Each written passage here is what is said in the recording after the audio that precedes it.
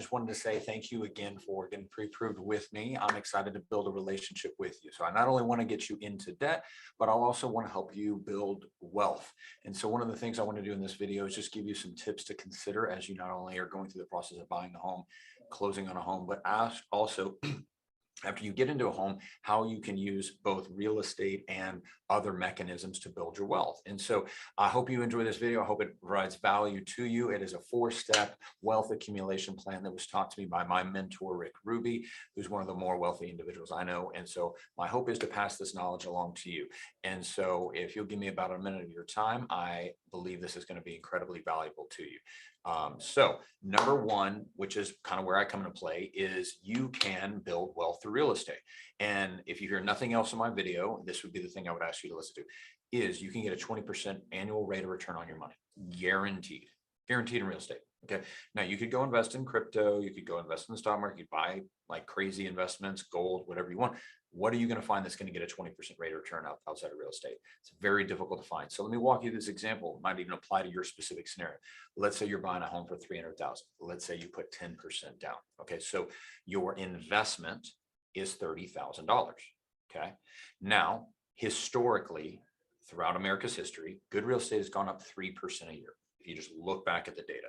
Okay. Now let's say you're a little more of a naysayer. You're like, hey, Jackson, I don't think real estate's going to go up. I think we are going to hit a bubble or whatever it may be. So let's be super conservative. Let's say your home in value only goes up 2% a year. Now here in Dallas, we've been averaging like almost 10% for a decade. It's kind of crazy. But it can't go on forever, maybe you say. And so let's say 2%. So if we just assume 2% appreciation for 5 years, 2% appreciation for 5 years equals a 10% total rate of appreciation, meaning that your value has gone up 10%. Well, if the value of your home has gone up 10% and you bought it for $300,000, that means you could then sell it for $330,000 in 5 years. Now, the return on your investment is 100%. You invested $30,000, you made $30,000. That's 100% rate of return. Now, maybe there's some other fees in there, but in terms of that would happen if you were buying stocks, there's fees on that too. There's taxes on that kind of stuff. So let's just talk about base ROI. Okay. Now let's say you made a 100% rate of return over 5 years. Well, how much did you get each year? So ROI is your annual rate of return. We take a 100% your total rate of return on investment divided by 5 years, 20% return on your money. Now the stock market does not do that. Find another investment that gets 20%, assuming like worst case. Okay. Now, if you're here in Dallas, I think you're going to probably do better than 2% appreciation. Let's say you do 4%. That means you're getting a 40% return on your money. Okay. Now this gets even crazier if you're going with lower down payments because you're kind of leveraging money in these cases. So let's say you buy that same $300,000 house, but maybe you don't have perfect credit. Maybe you haven't saved up enough money. You know, you may not get as great a terms on the loan in terms of the borrowing cost, but your actual ROI will be much higher. So you're going to invest the same 30,000, you get the same appreciation, 30,000, right? So 2% a year, but you invested a lot less, right? So you only invested $10,000. You got a $30,000 rate of return on your investment. Your actual annual rate of investment was 57%.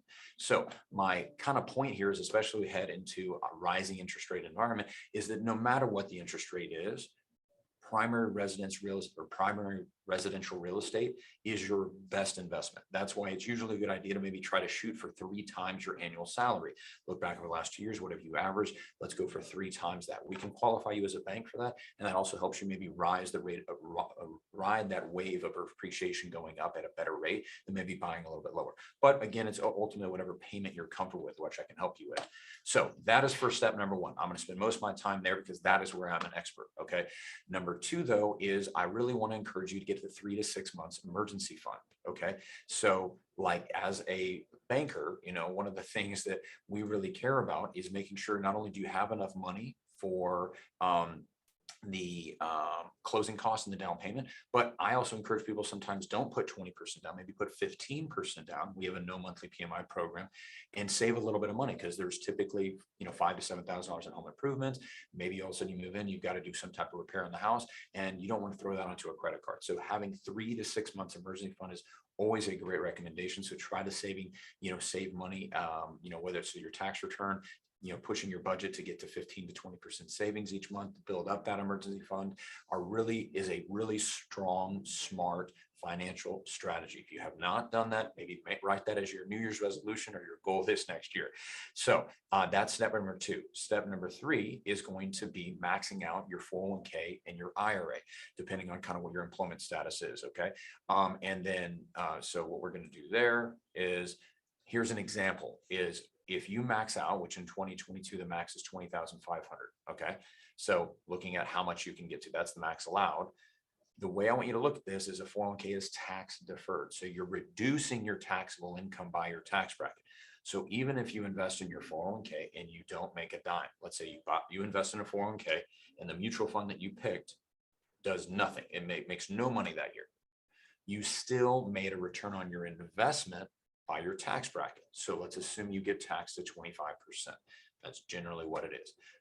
If you made, let's call it $100,000, right? You get to write off whatever you put into your 401k. So instead of being taxed on $100,000 in income, you get taxed on, let's say, let's say you put $5,000 in, you only get taxed on $95,000. So you're going to get a rate of return. So if you do max out your 401k, you are going to, in essence, get a return of $5,125 because you're paying less in taxes. Your taxable income goes down. So then if you throw that on top of, like, the S&P 500 has averaged 9% for the last 25 years, you're going to all of a sudden get maybe 25% rate of return because of taxes, plus the 9% from S&P, you're maybe making 34. So your very, very first place to invest any money is always going to be in your 401k or your IRA. Okay, now you can do Roth or traditional. I'll let you talk to a financial advisor on kind of what makes the most sense for you. But if I can just in this video encourage you to, like, at least invest, I would consider it a success. All right, then last thing is so we talked about that, is number 4, getting into a position where you are financially stable enough to start investing in the stock market and putting 15 to 20% of your money each month into the stock market. I call it the 20% money escalator. I've done this from Rick. If you save just $500 a month, that is $6,000 a year. Each of these scenarios are kind of run on assuming you make, you're saving 20% of your money. So even if you only make in the first scenario $30,000 a year, if you can find some way to save $500 a year, that would be $6,000 per year times 20 years. That means over a 20-year period of time, you put $120,000 invested. Okay, so now you could put that in your checking account or your savings account. Okay, now you only make 0.5% on that money. So in 20 years, you're not going to have that much. So there's what's called a rule of 72. So if your savings rate on your checking account is 0.5% divided by 72 means 72 divided by 0.05 means it will take 1,400 years for you to double your money. But if you're making 7% on your money, it doubles every 10 years. So it's just a rule of 72. Google it if you would like to learn more about it. But let's assume you make 7% on your money. You put in your 401k. Okay, let's go conservative. S&P is average 9%. Let's say maybe there's some fees in there. So you average 7%. In 20 years, if you make $30,000 a year and just invest $500 a month, you'll be half a millionaire. If you make $60,000 a year, which you probably do if you're qualifying for a house, you will be a millionaire in 20 years. 20 years. That is not that far away. Look at whatever age you are right now and think 20 years. Okay, I'm 39, I'll be 59. So I could be a millionaire in 20 years if I just save $1,000 a month. Now, if you get more aggressive and go to 2,000, now you can be a 2 million mega millionaire, multimillionaire, and again. So hopefully this just gives you some vision for what is possible out there. My name again is Jackson Thomas. Me and my team are excited to work with you. We're excited to be a resource to you. We have some great contacts as financial advisors, CPAs, and real estate agents who would be able to further answer your questions. But my hope is you walk away knowing that an investment in primary residential real estate is a 20% annual guaranteed rate of return on your money. And I hope that we get the chance to continue to build our relationship. Thanks.